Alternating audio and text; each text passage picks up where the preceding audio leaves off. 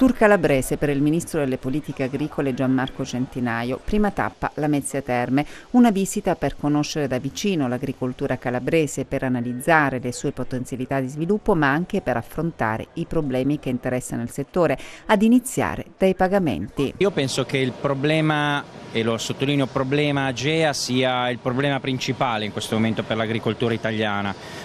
Immediatamente da quando mi sono insediato ho detto che la risoluzione di questa problematica era all'ordine del giorno. Abbiamo istituito una commissione di tecnici specializzati per quanto riguarda le ristrutturazioni aziendali, per cercare di capire se AGEA è in grado di dare la risposta che meritano gli agricoltori italiani.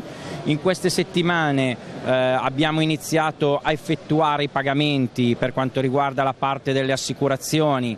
Pensate che ci sono pagamenti bloccati ancora dal 2015, quindi vuol dire che ci sono agricoltori che aspettano i loro soldi dal 2015. Inevitabile poi un passaggio su San Ferdinando e i migranti sfruttati per la raccolta delle arance. Quello del caporalato è un problema però che riguarda tutto lo stivale.